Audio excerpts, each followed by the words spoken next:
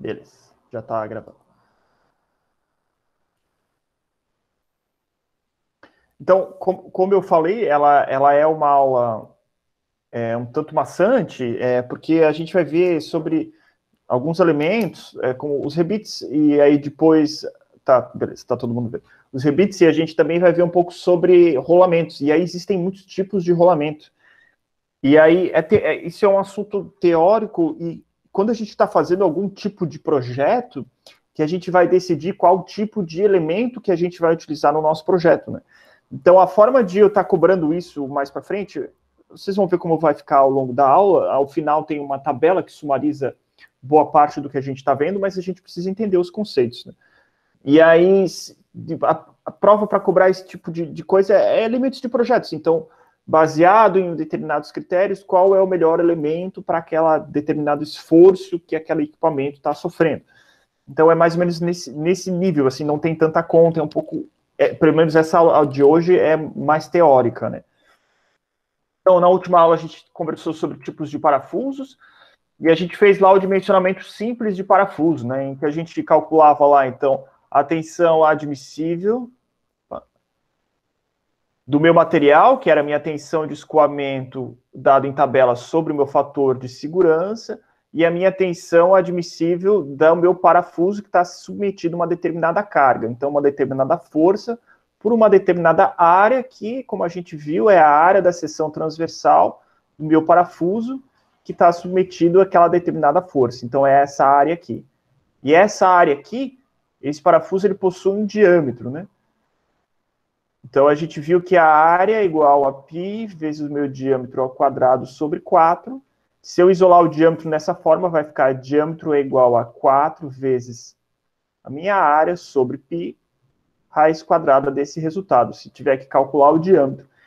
E notem que a gente aqui tem duas tensões admissíveis, né? Tanto do material quanto do parafuso. A tensão do parafuso nunca vai poder ser maior que a tensão máxima que o material aguenta. Se a tensão admissível que tiver no parafuso atuando lá com aquela carga for maior, precisa calcular um novo diâmetro do parafuso e tal. Então, aqui já estou dando algumas instruções que vocês vão estar utilizando para resolver a prova. A aula dessa semana, então, a gente vai falar mais um pouco sobre rebits e sobre rolamentos. Então, quando a gente fala sobre os rebits, a gente está falando sobre uniões permanentes de juntas metálicas, ou juntas metálicas, geralmente, né? Então, diferente do parafuso, que é algo que eu consigo montar e desmontar de forma fácil, o rebite não funciona dessa forma. Então, as peças estruturais metálicas são, usualmente, ali, uniões permanentes, né?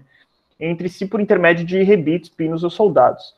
Nesse tipo de união, o elemento de fixação, uma vez instalado, ele não pode ser retirado sem que fiquem inutilizados. Ou seja, se eu quiser desmontar algum material que está preso com uma união permanente do tipo do rebite, eu vou ter que quebrar esse material, vou ter que cortar o rebite, eu vou ter que furar ele, dar um jeito de tirar ele, né? E exemplos de juntas rebitadas são encontradas em diversos aí elementos, como aviões, reservatórios, caldeiras, tanques, treliças, estruturas de navios, etc. Aqui no Brasil não é tão comum, mas nos Estados Unidos, especificamente lá em Nova York e tal, é muito comum eles utilizarem juntas rebitadas para a construção de prédios. Então aqui a gente usa muita alvenaria, a gente usa cimento, tijolo para construir os nossos prédios. Lá eles têm uma cultura, por conta de como foi o desenvolvimento histórico deles, de utilizar metal. Então, muitas treliças e vigas de metais lá dos prédios, eles eram unidos com juntas rebitadas. Tem até fotos famosas do pessoal fazendo essas uniões lá nos arranha-céus, sem equipamento de segurança, lá na década de 20, década de 30, talvez um pouco depois, década de 40, em que não era comum se utilizar tanto equipamento de segurança, né? E muitas juntas eram feitas a quente, né? Então, a rebitagem consiste na união de peças que são previamente perfuradas. Então, eu tenho que fazer um furo prévio por meio de elementos metálicos. Então, aqui tem um rebite, ó. Então, eu fui lá, fiz um furo, eu tenho duas chapas de metal aqui, a chapa A e a chapa B. Eu preciso fazer a união dessa, então eu vou estar inserindo o rebite aqui. Uma vez que esse rebite está inserido, eu vou vir com o equipamento aqui em cima, um equipamento grande, que ele vai fazer uma determinada força aqui, geralmente uma força oscilante. Então, é um martelo que vai fazer carga e descarga, carga e descarga. Então vai fazer várias pancadas aqui em cima. E eu tenho um outro dispositivo que vai segurar o rebite aqui na parte de baixo dele. Então tenho força atuando nessas duas partes. Geralmente essa peça ela está quente, não todas as vezes, mas muitas das vezes quando é aço, né? E aí, com esse martelamento aqui, eu consigo fazer com que a minha superfície tenha esse outro abaulamento aqui, que também é uma cabeça do rebite. Igual essa parte de baixo, tem uma parte aqui em cima. Notem que isso aqui é feito de uma peça metálica só. Ou seja, se eu tiver que tirar esses rebites daqui, eu vou ter que vir aqui com um esmeril, alguma coisa, uma serra, sei lá, alguma coisa desse tipo. Vou ter que tirar essa cabeça desse rebite, vou ter que cortar de uma vez. Então, por isso que a gente chama de união permanente. Então, o rebite é formado com um corpo cilíndrico e uma cabeça, e aí eu posso fabricar ele de aço, cobre, alumínio ou latão. Então, aqui está a cabeça, aqui está o meu corpo cilíndrico, e essa outra parte aqui de baixo, que é a segunda cabeça, então, é feita por um material que vai fazer a força e vai fazer a deformação plástica dessa peça aqui. A gente vai ver o que é deformação plástica nessa disciplina, nas aulas mais para frente. Posso ter aí de diversos tamanhos, né? Então, alguns exemplos. Esse aqui, eu acredito que é uma peça que está sendo trocada, a união de parafusos, está sendo tirado e está sendo colocado rebites. Então, notem, essa daqui é aquela máquina, aquele equipamento que eu falei que vai fazer o martelamento desse rebite aqui. E vai fazer, então, o arredondamento dessa cabeça desse rebite. Aqui um outro exemplo de uma caldeira. Então, isso aqui é uma caldeira de uma máquina térmica, de um trem. E a caldeira é totalmente rebitada também. Então, eu consigo ter uma grande resistência com esse tipo de rebite, porque não deixa de ser um processo ali meio eu estou fazendo pancada no material, ele está quente, né? Então, eu consigo ter uma resistência alta, um bom acabamento superficial, e a peça está montada para sempre. Em teoria, eu não vou precisar desmontar essa caldeira aqui. Essa caldeira aqui, esse exemplo, uma vez montado, vai ficar sempre ali. E aqui a gente está vendo rebites grandes, mas tem rebites muito menores também. Então, isso aqui é uma asa de um avião. Então, notem, o avião tem que ter, como a gente comentou nas aulas passadas, ele tem que ter um bom acabamento externo para eu ter um bom escoamento de ar aqui por cima da asa, para que esse escoamento seja laminar e não seja turbulento. Para eu diminuir a turbulência, eu melhoro o acabamento superficial da minha superfície aqui. Então, esse exemplo aqui, então, cada um desses pontinhos aqui é um rebite. E aí eu não sei dizer se esses rebites foram colocados a quente ou a frio. Provavelmente a frio, porque devem ser rebites de alumínio, né? Tendo visto que é uma aeronave e ela tem que ser extremamente leve. Então imaginem um trabalho para colocar todos esses rebites aqui. Existe um outro tipo de rebite que é comumente utilizado também, que chama-se rebites pop. Isso aqui é uma marca, né? E eles são de repuxo do tipo cego. Então, significa que eles são introduzidos e fixados por um único lado de trabalho, ou seja, eu não preciso ter um martelo para fazer a fixação desse tipo de rebite. E esse rebite é composto por duas peças de precisão, que é o corpo e o mandril. Então, é esse tipo de rebite aqui, onde eu tenho aqui em cima, eu tenho aqui dentro, né, é o mandril que tá dentro desse rebite, ele vai ter aqui essa cabeça desse mandril, e eu tenho o meu corpo. Essa cabeça, ela passa aqui por dentro, e ela faz o esgaçamento dessa peça aqui. Eu tenho aqui embaixo as minhas chapas metálicas, né, sendo unidas, a minha peça A e a minha peça B, claro que elas vão estar juntas, né, e é esse esgaçamento, quando eu estiver puxando esse mandril para fora aqui, quando eu estiver fazendo uma força aqui, vai introduzir essa cabeça desse mandril ali dentro e vai fazer o esgaçamento e vai prender a peça. Como esse exemplo aqui, então, eu tenho duas peças metálicas, tenho um furo passante, eu vou introduzir o meu rebite, vou pegar um equipamento, que é tipo um alicate, assim, eu até tinha um aqui em casa. Esse alicate vai entrar aqui, vai segurar o mandril e vai puxar essa peça para fora. Quando puxa, uma hora ela vai cisalhar, ela vai quebrar, e ao mesmo tempo eu tenho essa entrada aqui daquela cabeça aqui dentro, que vai fazer o esgaçamento dessa peça, e assim que eu consigo prender as minhas peças metálicas. Alguém tem alguma dúvida, gente? Então, tem alguns tipos de juntas que eu posso estar fazendo com rebites. Então, juntas sobrepostas, onde eu coloco duas chapas de metal sobrepostas umas à outra, né? E eu tenho ali os meus rebites aqui em cima. Então, vou ter uma força para cá, provavelmente, uma força para cá.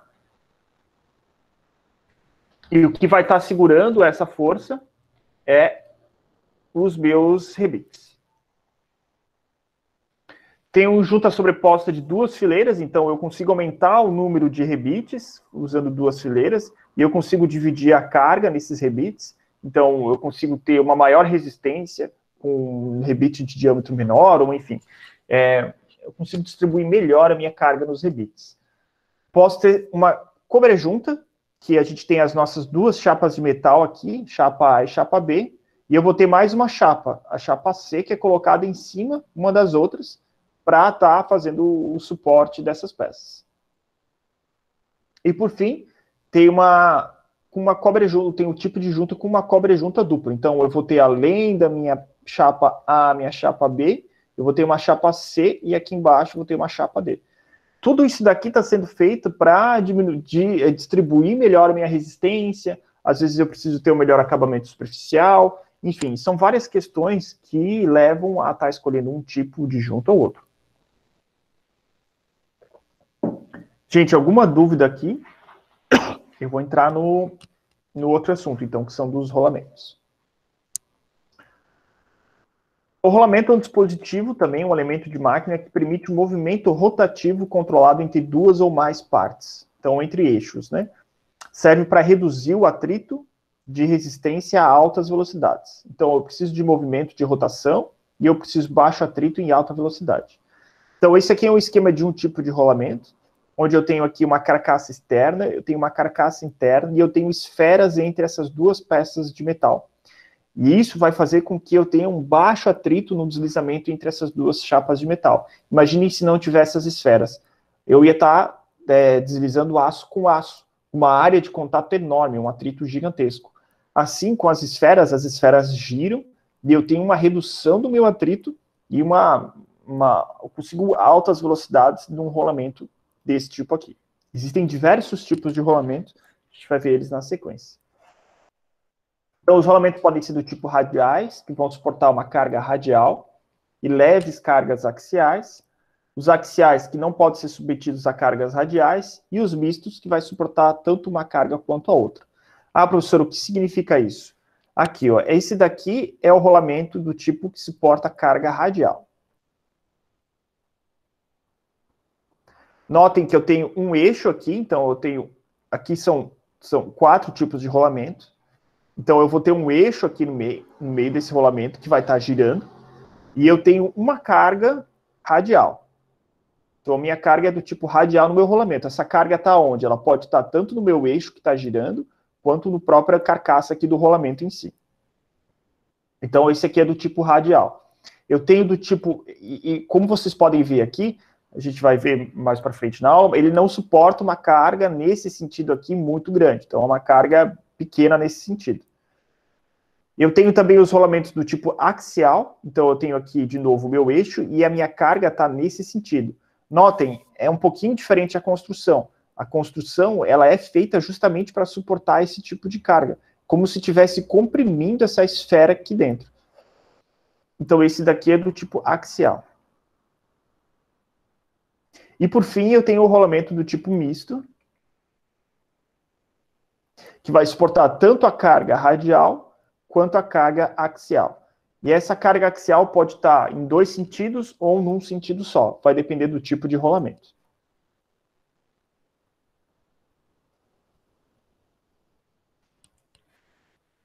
Então, existem diversos tipos de rolamento. Oi? Você pode explicar melhor o que seria o conceito de carga radial e axial? Uhum. Então, vamos supor que eu tenho um eixo. E eu tenho o comprimento desse eixo aqui. Carga axial, ela está no mesmo sentido do meu eixo. Então, aqui tem uma linha de centro. Carga axial, ela está no mesmo eixo, na mesma linha do meu eixo. Então, uma carga axial é dita dessa forma. Uma carga radial vai estar no sentido do raio do meu eixo. Então, aqui eu tenho o meu raio desse eixo. E a minha carga axial está no mesmo sentido do meu raio. Entendi. Entendeu? Desculpa. Eu falei uma coisa e escrevi outra, né? Radial. A radial está no mesmo sentido do raio do meu eixo. A axial está no mesmo sentido do meu comprimento do meu eixo. Ficou claro? Sim, professor. Beleza. Então, eu tenho rolamentos de diversos tipos, rolamentos de esferas, rolamentos de rolos, rolamentos especiais, rolamentos que são cônicos. A gente vai ver os principais nessa aula. É por isso que eu falei que a aula acaba sendo um pouco maçante, porque a gente vai ver especificamente vários tipos de rolamento, e eles são muito similares entre si, mas muda sempre uma coisa ou outra. Então, tendo dúvidas, só perguntar. Então, o primeiro tipo de rolamento é o rolamento fixo de esferas de uma carreira. É o mais comum que a gente utiliza, suporta cargas, então, radiais e pequenas cargas axiais. E ele é mais apropriado para rotação mais elevada. Então, aqui, ó, eu tenho uma indicação do tipo de carga que esse tipo de rolamento sustenta. Então, lembrando que a carga que está radialmente, de forma radial, o meu eixo é essa daqui. Vou colocar aqui uma coisa aqui embaixo só para ficar. E essa daqui é minha carga axial. Então, notem que para fazer o dimensionamento, os livros já trazem a indicação da onde que é a carga que ele segura. Então, se a gente olhar a construção dele e a gente pensar nesse tipo de eixo, a gente mais ou menos consegue perceber que eu conseguiria comprimir ele aqui, comprimir essas esferas bastante antes que ela se rompesse. Então, eu consigo uma carga radial extremamente elevada. Já se aqui estando, né, aqui estaria aqui o meu eixo, né? Já se eu fizesse uma força nesse sentido, eu estaria pressionando o meu rolamento dessa forma aqui, ó. E eu tenho uma parede pequena aqui, ó, para segurar essa espessura aqui é pequena para segurar essa esfera. Então, eventualmente, se a minha carga axial aqui fosse muito forte, eu vou romper esse rolamento aqui. Então, é por isso que a carga axial é pequena. E aqui eu tenho a minha carga radial, que pode ser mais forte.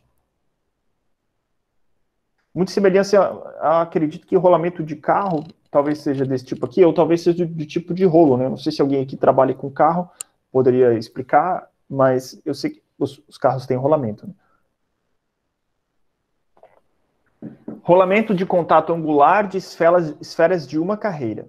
Então, vai admitir uma carga axial maior, só que só num sentido. Então, portanto, ele deve sempre ser montado a contraposto, a gente chama um ao outro, para que possa receber carga axial no sentido contrário. Então, é um rolamento desse tipo aqui, ó. Então, eu tenho aqui um sistema que é esse aqui que eu vou pintar, ó, que é feito para suportar a carga axial num sentido. Então, eu consigo ter, notem a flecha, então a flecha está dizendo aqui a carga radial. Então, ele recebe a carga radial e ele também recebe a minha carga axial. Mas o único sentido é o sentido para a direita. Então, é por isso que eu monto um outro, no meu eixo, né? Eu vou lá, vou montar um outro rolamento desse virado justamente ao contrário. Para daí eu conseguir ter a resistência nos dois sentidos. Rolamento autocompensador de esferas, então rolamento de duas carreiras de esferas com uma pista esférica no anel externo, que lhe confere a propriedade de ajustagem angular, ou seja, vai compensar ali possíveis desalinhamentos e deflexões e flexões no eixo. Né? Então, notem que esse rolamento aqui, no anel externo, eu tenho aqui um determinado raio aqui. Então, o meu rolamento, ele é de esferas, mas ele tem um abaulado aqui. Então, isso faz com que eu consiga ter uma melhor ajustagem ali, se eu tiver algum tipo de deflexão, desalinhamento no meu eixo, esse rolamento aqui compensa isso.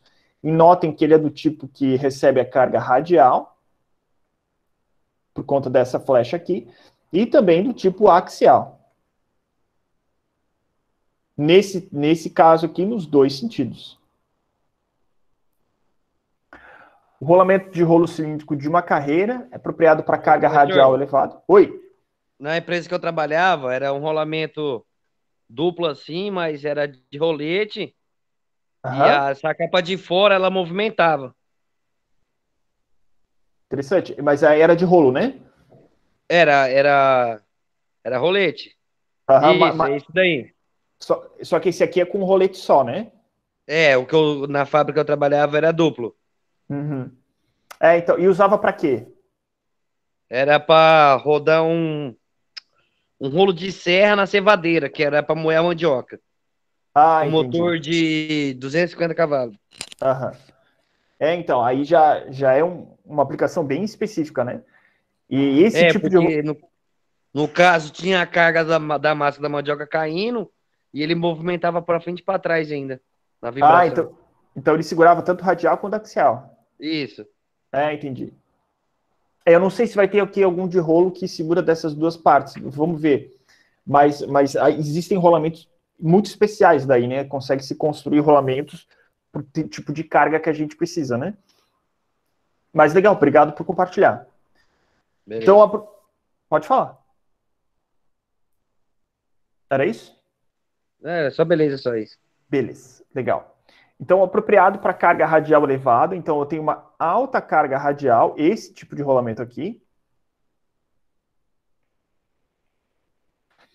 E esses componentes são separáveis. Então, notem, às vezes, até por isso que a aplicação que o colega falou era um rolo desse tipo, porque dá para separar ele para eu estar fazendo a limpeza dele dentro, né? O que vai facilitar ali a montagem e desmontagem. Então, precisa ter uma lubrificação, precisa ter uma limpeza, porque se cair pedaços de madeira ou areia, barro aqui dentro, isso pode estar quebrando o rolamento, né? Nesse caso aqui, esse tipo é só carga radial, então ele não consegue suportar carga de sentido axial de forma nenhuma, né? Então, se eu colocar um eixo desse aqui e sofrer uma carga axial, ele vai quebrar. Eu tenho um rolamento autocompensador de uma carreira de rolos. Então, seu emprego já é indicado para construções que exigem uma grande capacidade de suportar carga radial e uma compensação de falhas de alinhamento. Então, notem que ele também tem um sistema um pouco abaulado aqui, em que eu consigo ter uma certa variação. Então, o meu eixo vai estar aqui, né? Então, eu posso ter ali o meu eixo se movimentando um pouco para cima e para baixo, e esse sistema aqui ele consegue absorver esse tipo de movimento. E notem que a carga radial é alta, mas as flechinhas da carga axial são menores. Então, a carga axial é menor que ele suporta. Rolamento autocompensador com duas carreiras de rolo, então é utilizado para serviço mais pesado, e os rolos são grandes de diâmetro e também no comprimento. Devido ao alto grau de oscilação entre os rolos e pista, exige uma distribuição mais uniforme de carga, né? Então, talvez o que o colega falou fosse algo mais nesse sentido aqui, onde eu consigo suportar uma carga radial e uma carga axial, e eu tenho também esse raio aqui, que é o que justamente faz com que eu consiga suportar um pouco de carga axial. Rolamento autocompensador com duas carreiras de rolo. Deixa eu só pensar uma coisa. Não. Eu vou alterar. Esse daqui está com o nome errado, provavelmente. Além das cargas axiais, o rolamento esse aqui é de rolo cônico. Então, aqui está autocompensador. Deixa eu olhar aqui. Esse aqui não é com duas carreiras de rolo. Esse aqui é rolo cônicos. Então, não é isso que está escrito aqui em cima. Então, além das cargas axiais, o rolamento cônico também suporta uma carga axial em um sentido. Os anéis, então, eles são separáveis ali, o interno e o externo podem ser desmontados e montados separadamente, como só admitem cargas axiais em um sentido, também, de modo geral, é necessário montar os anéis aos pares, né? Então, como eu falei, um contra o outro, então, um oposto, né, virado do outro, para que eu possa ter, além dessa carga axial aqui, eu possa suportar também a carga axial no sentido contrário, né? E notem que ele suporta uma carga radial. E aqui tem a construção dele, então notem que a construção dele faz sentido no que ele está suportando, né? Então, se eu tiver uma carga axial forte nesse sentido aqui, ele vai suportar, né? A própria carcaça dele faz o suporte dessa carga. O professor, o rolamento que eu falei era desse modelo aí, mas era um para cada lado. Então. Era um cônico para cada lado. Um contra o outro, né? Contra o outro. Isso. Justamente para suportar nos dois sentidos, né? Legal. O rolamento axial de esferas, então, ambos os tipos de rolamento axial de esfera têm escora simples ou dupla, né? Admitem elevadas cargas axiais, porém não pode ser submetido à carga radial. Então, aqui já é o lado contrário do que a gente estava falando antes. Para que as esferas sejam guiadas firmemente em suas pistas, é necessário, então, a atuação permanente de uma determinada carga axial mínima. Então, notem que é aquele que a gente, acho que lá no começo eu mostrei uma imagem dessa. Então, é justamente o oposto, ó. As bolinhas do rolamento estão entre os metais, então faz com que eu consiga suportar uma carga axial extremamente elevada. Mas, em contrapartida, eu não consigo uma carga radial, que seria nesse sentido aqui, muito grande. Justamente porque eu ia empurrar essa peça para cá, eu posso quebrar. Então, radial, eu não consigo suportar. Mas a minha axial, eu consigo suportar. Da mesma forma, esse daqui, né? Dá para ver, esse daqui é a mesma coisa, só que ele é do tipo simples. Então, aqui está a minha carga axial. Então, eu estou comprimindo as esferas. Isso explica por que ele consegue resistir, né? Porque é um esforço ali de compressão das esferas. E esse aqui é o desenho dele, então notem, só tem essa carga axial. Rolamento axial autocompensador de rolos. Então, possui grande capacidade de carga axial e, devido à disposição inclinada dos rolos, também suporta ali uma elevada carga radial. A pista esférica do anel da caixa confere ao rolamento a propriedade de alinhamento angular, compensando ali possíveis desalinhamentos ou flexões do eixo. Então, notem que nesse sentido, nesse aqui, eu já consigo suportar tanto uma carga axial quanto uma carga radial. Claro que as cargas radiais, elas estão agindo de formas separadas, né? Uma carga geralmente está aqui na parte superior, outra carga pode estar aqui embaixo, né? Então, sentidos opostos. Então, tentando cisalhar isso daqui. E esse aqui é o tipo de construção. Aí, professor, mas então por que a gente não usa sempre esse tipo de rolamento para tudo, já que ele suporta os dois tipos de carga? Porque às vezes tem questões de custo envolvido. Então, para que eu vou usar um rolamento que vai suportar uma carga que eu não preciso no meu projeto? Então, por isso que eu escolho um rolamento mais adequado para o projeto, que é mais barato, mais simples, enfim. Rolamento de agulhas, então, possui uma seção transversal extremamente fina, em comparação com os rolamentos mais comuns, e é utilizado especialmente quando o espaço radial é limitado. Então, é um rolamento aqui menor, ele tem uma espessura menor, vamos colocar assim, né? E eu consigo ali suportar uma carga radial, tal. Não consigo suportar carga axial, então notem, não tem a flechinha em nenhum sentido aqui. Então a axial eu não consigo. Rolamentos de robos toroidais, então é um rolamento de uma fileira com rolos longos levemente abaulados ali, né? Como rolamento livre, combina-se o autoalinhamento de um rolamento autocompensador com deslocamento axial de um rolamento de rolos cilíndricos ou de rolamento de agulhas. Então, ele tem um pouco ali de várias coisas, né? Então, esse aqui está o desenho dele, ele é um pouquinho abaulado, ó, se vocês olharem aqui. Então, isso faz com que ele consiga resistir carga axial e alguma coisa de carga radial e carga axial também. Enfim, existem diversos tipos de rolamentos, como a gente falou, e existe essa tabela aqui. Isso aqui se encontra em diversos livros. Então, no lado esquerdo, tá os tipos de rolamento. Ó, rolamento de esfera, rolamento angular de esfera, rolamento difusos, 4 pistas, enfim, rolamentos de rolos cilíndricos, tem diversos tipos de rolamentos. E aqui eu tenho algumas características dele. Então, capacidade de carga radial. Então, eu sei que o rolamento de esferas, ele tem uma capacidade boa de carga radial. Notem, a bolinha aqui totalmente preta, ela é muito boa para aquela aplicação. A bolinha 3/4 preta, ela é boa. Meio só preta, é normal, possível de usar. A bolinha 1/4 só preta é restrições e a bolinha completamente branca aqui é impróprio. Então, o rolamento de esferas eu consigo suportar uma carga radial, mas eu não consigo ter ali uma concentração linear dentro do meu rolamento. Então, esse tipo de esforço eu não consigo... aqui é compensação. Então, eu não consigo ter esse tipo de compensação aqui dentro. Então, notem que essa tabela aqui é feita para a gente dimensionar os rolamentos.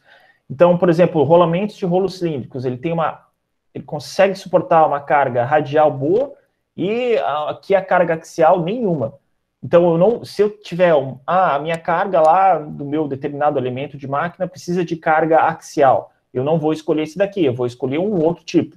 Tem vários aqui, ó. Eu posso usar esse de contato angular de esferas de 2 camadas, eu posso usar esse contato angular de esferas. Notem que tem uma flechinha para o lado esquerdo, ou seja, ele só suporta em uma direção, como a gente viu. Aí eu teria que colocar, se teria que suportar nas 2 direções, 2 tipos de rolamento desse tipo aqui. Então, notem que é um pouco subjetivo o dimensionamento desse tipo de sistema.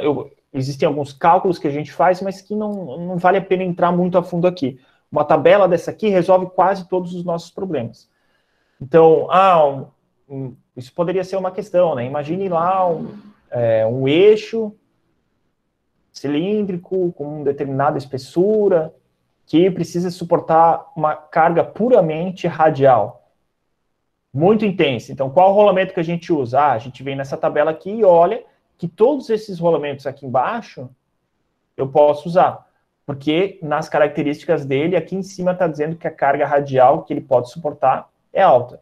Então, eu posso colocar esses rolos cilíndricos NUN, só NU, esse aqui são designações do tipo do rolamento, né? São abreviações do que eles querem dizer, né? Mas todos esses aqui suportam muito bem a carga radial, por exemplo. Todo mundo entendeu como é que lê essa tabela? Alguém tem alguma dúvida? Eu sei que ela não está muito fácil de ler, mas fiquem tranquilos, né? Óbvio, se eu cobrar alguma coisa nesse sentido, vai ser uma tabela que dê para ler certinho aqui em cima, né? Ninguém vai não conseguir fazer algum dimensionamento por não ter conseguido ler uma tabela. E tem aqui a continuação dela, então tem outros tipos lá, como a gente viu, rolo cônico. Então, por exemplo, a característica de carga radial e capacidade de carga axial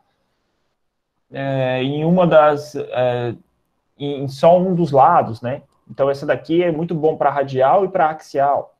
Já de rolos esféricos, é bom para radial, mais ou menos para axial. Enfim, é assim que se faz a seleção dos tipos de rolamento. Gente, a nossa aula de hoje era isso. É uma aula bastante teórica. Eu vou manter as anotações aqui para estar... Ih, rapaz. Para estar subindo essa aula lá no Moodle. Como eu falei, é uma aula um pouco mais